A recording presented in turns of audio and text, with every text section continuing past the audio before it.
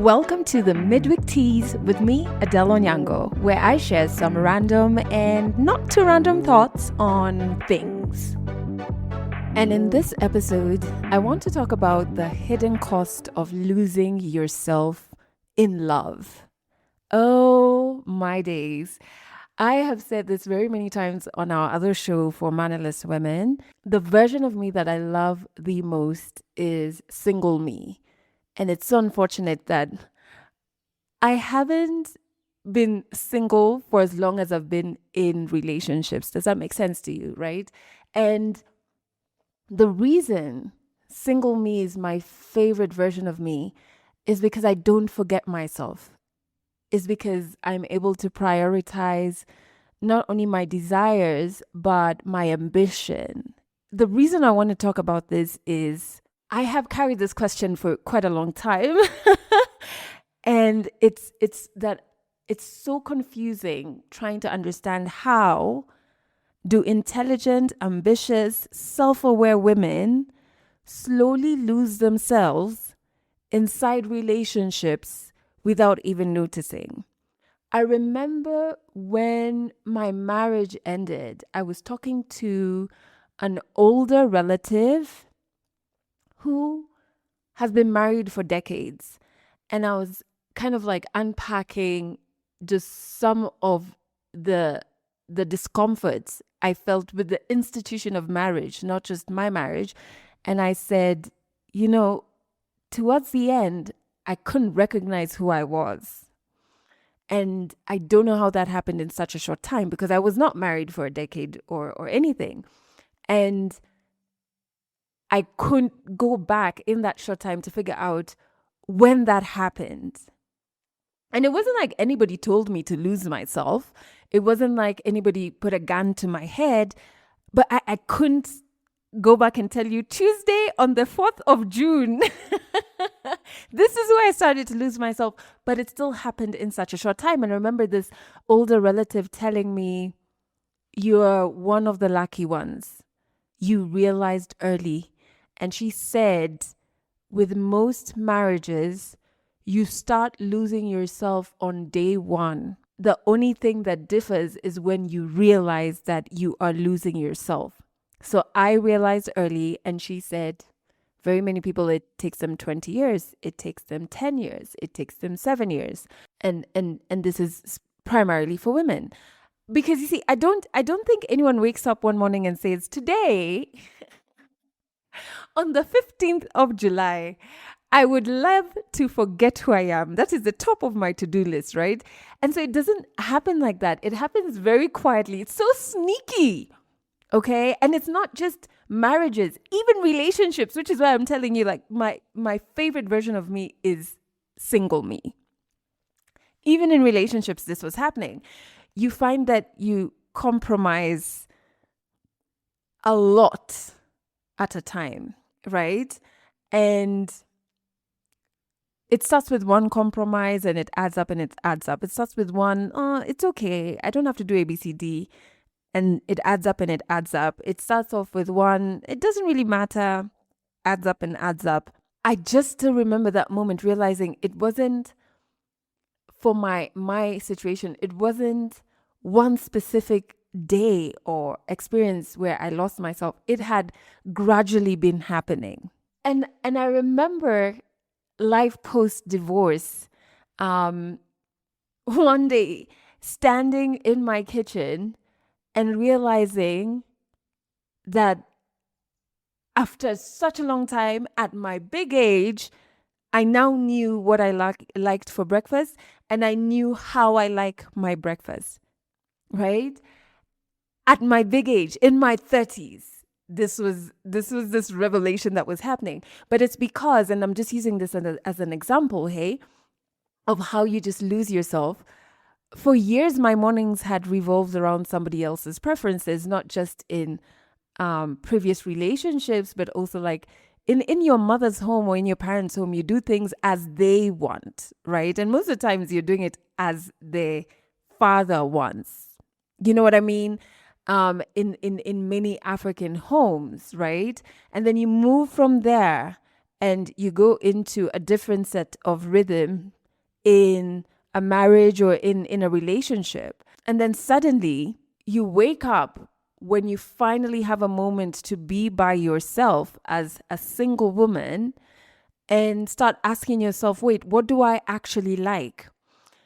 And with breakfast, it sounds like such a tiny thing, but these layers of identity under it. And I wonder how many women have had that same moment. And it's not necessarily breakfast. Maybe it's music. Maybe it's friendships. Maybe it's clothes. Maybe it's like starting that business, traveling, your dreams. And with all of those things, you suddenly realize, hiya, I don't actually know what I want anymore. And here's the thing. I don't think we lose ourselves because we love. I think we lose ourselves because we've been taught that love requires self-abandonment. And these are two very, very different things. I want to bring in a theory called the self-expansion theory. A couple of psychologists developed this, and it proposes something very beautiful, honestly. It's that when we fall in love, our sense of self naturally expands, right? And the people we love become part of how we experience the world. Their family becomes important to us. Their wins feel like our wins. Their pain affects us. And our world gets bigger, it expands. And that's healthy. But here's where I think many of us cross a line, and especially women, because that expansion then becomes replacement. What was there gets erased or sat on, right? And so instead of adding someone to our identity, we replace our identity with theirs. And suddenly their hobbies become our hobbies. Their dreams become our dreams. Their routines become our routines. Their friendships become our friendships. Their life becomes our life. And because it happens gradually, we mistake it for love. Before anybody comes for me, can I just put the disclaimer that yes, compromise is part of healthy relationships. It really is, absolutely.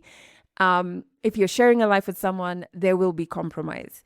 And so the question isn't, have I compromised? The question is, at what point did compromise become self-abandonment? These two things are not the same, you know? And so if you're in a healthy love dynamic, then it really should be about how do we make room for both of us. But an unhealthy love environment is leaning more towards how much of yourself are you willing to give away, which makes it unhealthy. I think why this conversation is super important, especially for women, is because of how we're socialized, dude. It's how we're socialized. There is a psychologist called Carol Gilligan, and she has spent such a long time studying women's development. And one of the things that she observed is that many women are taught to define themselves through care. Oh my God. We're praised for being nurturing, patient, selfless. We're so accommodating. We're so giving. We're understanding. These are the compliments we receive, right? She always puts her family first. She's so supportive. She's always thinking about someone else. I wonder, when was the last time you had someone say, I love how that babe fiercely protects her own joy? Or, I love how that babe is super incredible at honoring her own needs. Society rarely celebrates that. So when you look at socialization, if that's what we've been praised for, when we get into a relationship, we're not going to suddenly do things differently. We're going to do exactly what we've been primed to do from when we were younger. There's also another concept that I first met in my therapy sessions with my therapist, Faith. And I think even we had her a week ago on the Mid Week Tease, and she brought it up, enmeshment. And this is when the boundaries between two people become blurred, right? You stop knowing when and where you end and somebody else begins. You start saying things like, you know what, let me ask my husband first before I do ABCD, you know? But if somebody asked you do you want to do it? You'd actually have to stop and think, because you haven't heard your opinions in such a long time. Your friendships have become so much fewer. Your hobbies have like completely disappeared ever since you got into that relationship. And it's not because anyone necessarily forced you. Sometimes it just felt easier, right? Maybe you're primed to forget all of those things because then there's less conflict, there's less explaining, things are more peaceful, there's more harmony, until you realize that that harmony that you are chasing cannot come at the expense of yourself. That is not intimacy. That is enmeshment. What's the difference between the two? Intimacy probably leans more towards, I know who I am and I choose to share my life with you. Enmeshment leans closer towards, I don't know who I am without you. Those two things are very different. And I think one of the hidden costs of losing yourself is that eventually you start resenting the person you're with. Not because your partner necessarily asked you to disappear. Sometimes they didn't. Sometimes we're the ones who volunteer, right? But because we're exhausted and we don't know why. Because as I said at the beginning, this thing moves gradually and silently.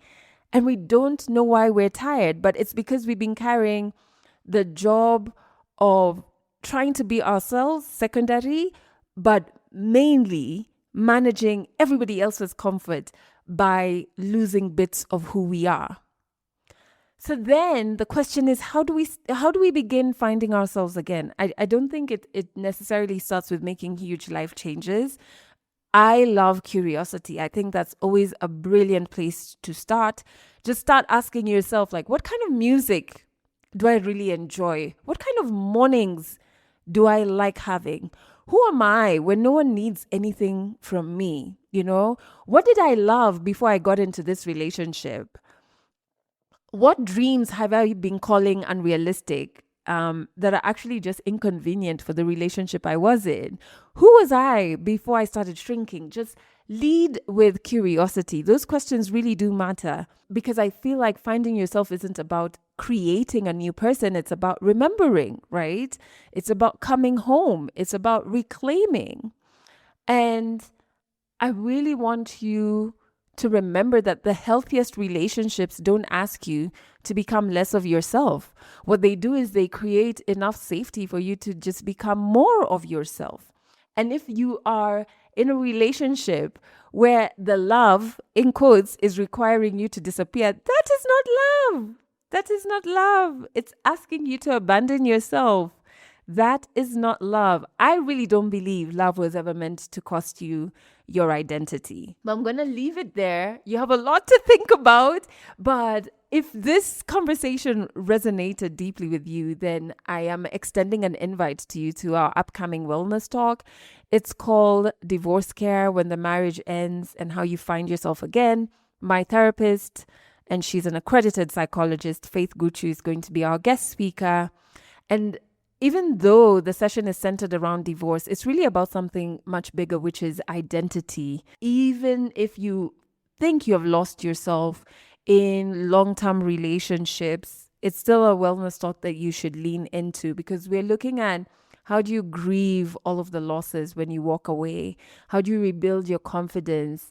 How do we untangle you from relationships that have shaped you to kind of figure out who are you? How can we get you to come back home to yourself? How can we rebuild your village and heal you before your next chapter? And it's on the 25th of July, 10 a.m. East African time. It's virtual, so you can join us from anywhere in the world. And you'll also have an opportunity to ask your questions anonymously. Okay, so you'll find the link to get your tickets, which are 1,000 bob, in the show notes. Make sure you grab them nice and early. They are running out, and we have a cap because we like the wellness talks being intimate enough for us to have deep and rich conversations. So grab your tickets ASAP. But until next time, take care of yourselves. I'll catch you next week in the next episode of the Mid Week Tease. Thanks for listening to the Mid Week Tease, a Legally Clueless Africa production. Episodes go out every Wednesday, and you can learn more about us by going to legallycluelessafrica.com.